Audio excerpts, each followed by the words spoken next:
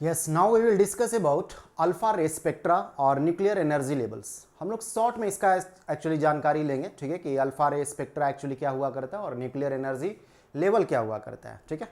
तो हम लोग इसी के बारे में आज डिस्कशन हम लोग जो रखेंगे। तो बड़ा विचित्र टाइप का थोड़ा दुनिया है, हम लोग सूक्ष्म चीज़ों के बारे में जो है डिस्कस करेंगे, काफ़ी ज़्यादा सूक्ष्म, मतलब जो न्यूक्लियर फेनोमेनन रहा करते हैं, ठीक है, उसके बारे में हम लोग डिस्कस करने वाले। एक तरफ विशालकाय दुनिया जो कॉस्मोलॉजिकल लेवल पे आप देखा करते हैं, कॉस्मोलॉजिकल लेवल पर देखिए तो हमारा पृथ्वी खुद ही जो है एक स्मॉल पार्टिकल के रूप में एक तरह से जो एग्जिस्ट करता हुआ आपको मिलेगा, लेकिन फिर भी चूंकि इस पृथ्वी पे जीवंतता है और इसके वजह से ही ये अद्भुत है एक्चुअली, ठीक है। लेकिन फिर भी देखा जाए तो कॉस्मोलॉजिकल लेवल पे जो है कितनी विचित्र दुनिया है, और एक छोटे से सूक्ष्म दुनिया में जब आप आते हैं एक तरह से जो है एटॉमिक वर्ल्ड और न्यूक्लियर वर्ल्ड, तो उसमें भी अजीब सा सिचुएशन आपको रहा करता है, उसमें भी अजीब सा पैटर्न आपको मिला करता है एक तरह से जो है, ठीक है। तो हम लोग उसी को जो है फिजिक्स के सहारे हम लोग जो है एज ए फिजिक्स जो हम लोग उस सब बातों को जो है सोचते हैं, समझते हैं उसके बारे में जो है।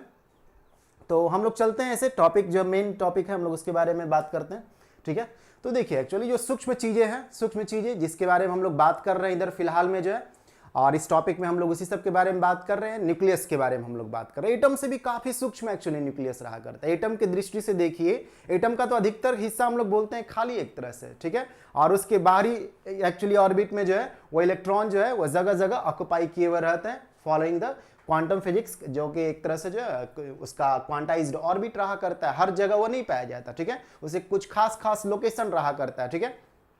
जो कि एक तरह से हम लोग उसको वहां पे उसका जो प्रोबेबिलिटी हाई रहा करता है, जहां से उसको हम लोग जो है एक तरह से ऑब्जर्व कर सकते हैं, और वो भी जो है रेस्ट्रिक्टेड ऑब्जर्वेशन रहा करता है। किसका रेस्ट्रिक्शन? अनसर्टेनिटी प्रिंसिपल का रेस्ट्रिक्शन। आपको मालूम है कि आप यदि जानकारी लेने का कोशिश करिएगा, तो यदि पोजीशन का जानकारी लेने का कोशिश किए इलेक्ट्रॉन का, तो मोमेंटम का जानकारी में जो है एक तरफ से एरर आना स्टार्ट होगा। अब इसी का बैलेंस आपको बनाना है, किसका जो है आप एक्यूरेसी जो है ज्यादा चाह रहे हैं, मोमेंटम का एक्यूरेसी ज्यादा चाह रहे हैं, मतलब एनर्जी या वेलोसिटी का एक्यूरेसी ज्यादा चाह रहे हैं, या पोजीशन का जो एक्यूरेसी ज्यादा चाह रहे हैं, ठीक है। तो खैर ये एक अलग बात है, लेकिन एटम का जो सबसे सूक्ष्म जो एक तरह से पॉइंट एक तरह से आप बोल सकते हैं, जो लोकेशन बोल सकते हैं, या जो वॉल्यूम बोल सकते हैं, जिसको हम लोग न्यूक्लियस के नाम से एक्चुअली जाना करते हैं, ठीक है, उस न्यूक्लियस के बारे में हम लोग जो फिलहाल में बात करते हुए रहेंगे, ठीक है। तो बड़ा अजीब सा नहीं है, चीजों को देख सकते हैं कि विशालकाय दुनिया कॉस्मोलॉजिकल लेवल पे, जहां पे हम लोग का मतलब समझिए तो सूर्य या पृथ्वी वगैरह भी एक पॉइंट की तरह आप उसको ट्रीट करते हैं कॉस्मोलॉजिकल लेवल पे, ठीक है। और वही एकदम सूक्ष्म दुनिया में आप चले जाते हैं, जहां नॉर्मली हम लोग किसी चीजों को देख भी नहीं पाते हैं, ठीक है, जैसे एटम वगैरह के बारे में, उसके अंदर हम लोग जो है नॉर्मली उसके पैटर्न का जानकारी जो है फिजिक्स के सहारे हम लोग लेते हैं। तो थोड़ा सोचने में अजीब सा लगता है, इसलिए बोले ना कि फिजिक्स एक तरह से अपने आप में एक हाई फिलॉसफी एक तरह से ठीक है। आप इस सृष्टिकर्ता का बारे में ज्यादा अच्छा समझते हैं, एक तरह से उसके ज्यादा करीब जा पाते हैं एक्चुअली जो, ठीक है, उसके पैटर्न को आप समझते हैं, ठीक। जो पैटर्न कहने का मतलब जो डिजाइन किया हुआ यूनिवर्स है एक्चुअली, आप एटॉमिक लेवल से या न्यूक्लियर लेवल से देखिए कॉस्मोलॉजिकल लेवल तक, ठीक है, एक पैटर्न है पूरी तरह से, एक फ्लो है, एक लॉजिक एक्चुअली है सब चीजों का जो है, ठीक है। तो खैर हम लोग अभी जो बात करने वाले हैं, ठीक है, अल्फा रे स्पेक्ट्रा, तो ये नॉर्मल टॉपिक है, इसलिए थोड़ा सा हम लोग बातचीत करते हुए भी चीजों को आगे बढ़ते, बोले ना मेन मकसद ये भी रहना चाहिए कि चीजें में आपका इंटरेस्ट रहे, ठीक है। तो देखिए ये आपका न्यूक्लियस हुआ। अब यही न्यूक्लियस जो एक्चुअली सपोज कर लीजिए एग्जांपल में हम आपको जो लेके चल रहे थे कि जो रेडियो एक्टिव न्यूक्लियस रहा करता है वह, या रेडियो एक्टिव एटम का जो न्यूक्लियस रहता है, कहने का मतलब ये हुआ, ठीक है, वो क्या रहते हैं, वो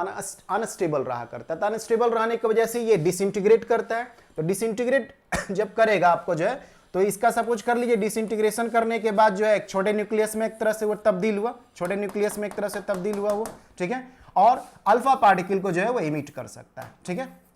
अल्फा पार्टिकल को इमिट कर सकता है, ठीक है, अल्फा पार्टिकल। तो वैसा जब इमिशन होता है तो हम लोग उसको बोलते हैं कि अल्फा डीके कर रहा है। जब ये न्यूक्लियस जो है अपने आप को ब्रेक करे, और ब्रेकिंग इस तरह से या डिसइंटीग्रेशन इस तरह से होता है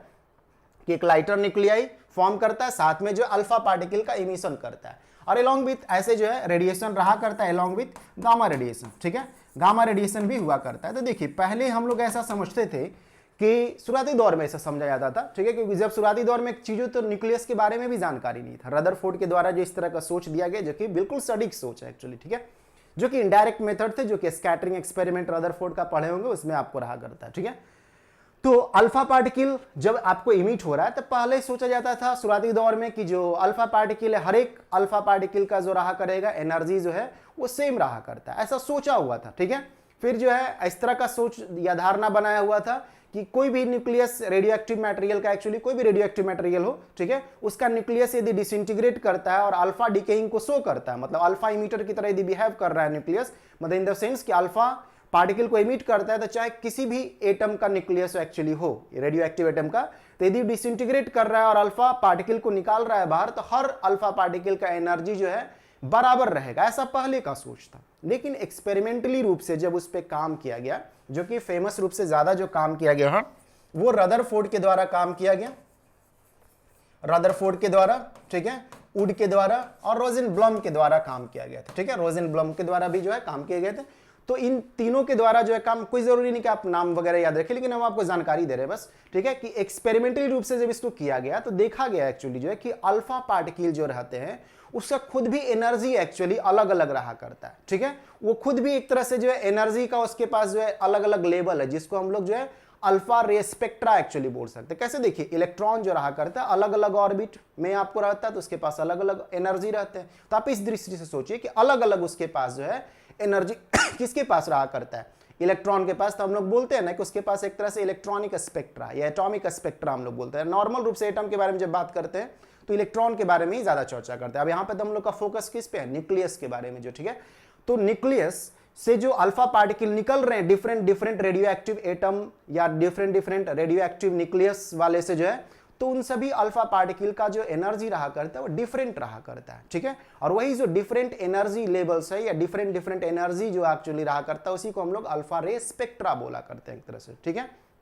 ये बात क्लियर रहना चाहिए कि जो अल्फा पार्टिकल रहा करता सभी का एनर्जी जो है एक समान नहीं रहता है। जब न्यूक्लियस से बाहर निकलता है तो अलग अलग न्यूक्लियस रहेगा, अलग अलग अल्फा पार्टिकल का एनर्जी रहता है। कभी कभी तो ऐसे भी देखने को मिले एक्सपेरिमेंटली रूप से कि सेम ही एक्चुअली जो है न्यूक्लियस के पास जो है अलग अलग same nucleus in the sense कि सेम टाइप का ऑफ एटम्स या same type of radio active material का जो न्यूक्लियस है उसमें से भी अल्फा पार्टिकल का जो है एनर्जी वह डिफरेंट हो सकता है, ठीक है। और कहीं कहीं आपको इस तरह से एक्सपेरिमेंटली देखा भी जाता है कि डिफरेंट होते हैं। तो ये सभी जो एक तरह से एनर्जी का जो एक तरह से स्पेक्ट्रा है, ठीक है, जो अल्फा पार्टिकल से एसोसिएटेड, उसको हम लोग अल्फा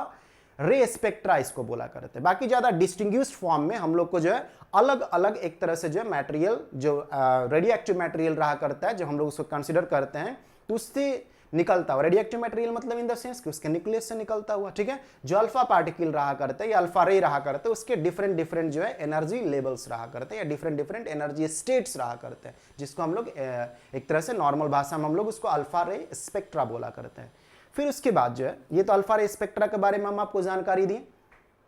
उसके बाद जो है पहले ऐसा सोचा जाता था कि न्यूक्लियस के पास जो एनर्जी, मान ली सेम टाइप का एटम यदि सपोज कर लीजिए और उसका न्यूक्लियस, ठीक है, मतलब सेम टाइप का रेडियो एक्टिव एलिमेंट है और उसका न्यूक्लियस, ऐसा माना जाता था कि जो न्यूक्लियस है उसके अंदर का जो एनर्जी एक्चुअली है वो सबके साथ सेम टाइप का एक्चुअली। बाद में जो है कई सारे एक्सपेरिमेंट करने के बाद इस तरह का सोच या विचारधारा है कि न्यूक्लियस के अंदर भी जो है energy levels actually discretised energy level, कैसे एटम के अंदर जो है डिफरेंट डिफरेंट एनर्जी लेवल्स है, जिसके चारों तरफ इलेक्ट्रॉन एक तरह से क्या करता है, वो घूमता रहता है, ठीक है। तो देख रहे हैं इलेक्ट्रॉन का, कोई यहाँ इलेक्ट्रॉन होगा उसका कुछ और एनर्जी, कोई यहाँ इलेक्ट्रॉन होगा कुछ और एनर्जी, कोई यहाँ इलेक्ट्रॉन होगा कुछ और एनर्जी। और एटम के पास भी एक तरह से डिफरेंट डिफरेंट एनर्जी हो सकते हैं। यदि बाहर से आप उसको एनर्जाइज किए, एक्साइटेड एटम रहता है तो उसका कुछ और एनर्जी रहता है, ठीक है। यदि एनर्जी एटम ही खुद अपना लूज किया एक तरह से जो है तो उसके पास कुछ और एनर्जी। तो देखते हैं कि एनर्जी लेवल्स एटम से एसोसिएटेड या इलेक्ट्रॉन्स उसके इलेक्ट्रॉन से एसोसिएटेड रहा करता है, ठीक है। उसी तरह से जो है न्यूक्लियस के अंदर भी जो है एनर्जी लेवल्स का जो है सोच को जो है डेवलप किया गया है